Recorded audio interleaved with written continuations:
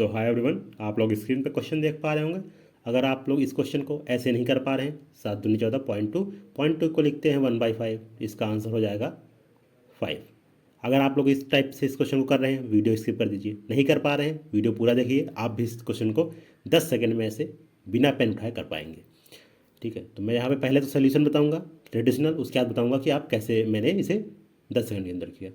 तो क्वेश्चन कह रहा है कि जो एक वेंडर है वो 7 नींबू को 1 रुपये में खरीद के लाता है, फिर 40% प्रॉफिट उसे प्राप्त करना है, तो उसे कितने नींबू बेचने चाहिए 1 रुपये में।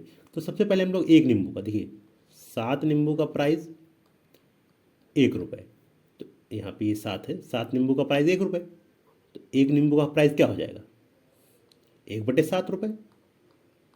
इस रेट में वो खरीद के लाया है। अब कह रहा है 40% प्रॉफिट उसे प्राप्त करना है, तो कितना बेचना चाहिए। तो याद रखिए सेलिंग प्राइस, ये है SP selling price. Selling price कितना रखना चाहिए 40% प्राप्त करने, 140% होना चाहिए। 140% ऑफ क्या, कॉस्ट प्राइस। अगर सेलिंग प्राइस को आप 140% ऑफ कॉस्ट प्राइस रख देंगे तब आ जाएगा आपका सेलिंग प्राइस।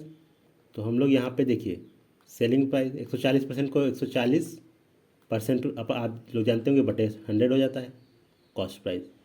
तो यहाँ से आप क्या देख पा रहे हैं कि सेलिंग प्राइस जो है 1.4 होना चाहिए कॉस्ट प्राइस का।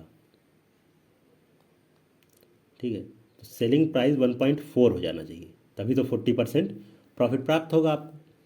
अब कॉस्ट प्राइस आप लोग यहाँ पर देख सकते हैं 1/7 है, तो आप लोग सिंपली वैल्यू रखिए 1.4 इंटू 1/7। अब आप लोग यहाँ अगर इसे कट करेंगे तो 0.2 आ जाएगा। 0.2 को आप लोग ऊपर नीचे 10 से अगर मल्टीप्लाई करेंगे 2/10 आ जाएगा।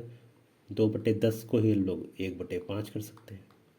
1/5 क्या है सेलिंग प्राइस, लेकिन सेलिंग प्राइस किसका है ये एक नींबू का सेलिंग प्राइस आया है 1/5, यानी एक नींबू का जो रेट है वो 1/5 रुपये है। अब आप दोनों साइड 5 से अगर गुणा कर देंगे तो 5 नींबू जो है वो 1 रुपये का होगा। यही आएगा हमारा सेलिंग, यानी 1 रुपये में आपको 5 नींबू बेचना पड़ेगा अगर आपको 40% का प्रॉफिट प्राप्त करना है। ठीक है, तो ये तो रहा हमारा पूरा सोल्यूशन।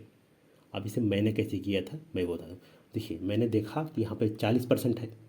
ठीक है, 40% है तो मल्टीप्लाइंग फैक्टर 0.4 यहाँ पे इसका है और +1 तो होता ही है, तो मल्टीप्लाइंग फैक्टर यहाँ पे 1.4 हो जाएगा।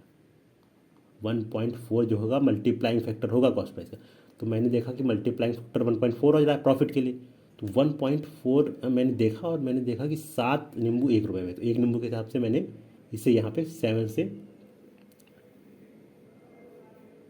डिवाइड कर लिया।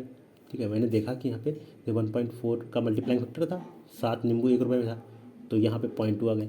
अब 0.2 को ही 1/5 मैंने देखा, 0.2 को ही 1/5 लिखते हैं। तो यहाँ से मैंने देखा कि एक सेलिंग प्राइस, तो ये आप देख पाएंगे जब आप पहले ये सोल्यूशन जो ट्रेडिशनल है हमारा बेसिक है, पूरा सोल्यूशन आप जब समझ पाएंगे उसके बाद आप देखेंगे कि आपको ये पूरा सोल्यूशन लिखने की जरूरत नहीं पड़ेगी। आप सीधा देखेंगे मल्टीप्लाइंग फैक्टर यहाँ पे क्या हो रहा है, उसको आप लोग इससे डिवाइड करेंगे और जो आप देखेंगे आएगा वो सेलिंग प्राइस होगा किसका, एक नींबू का।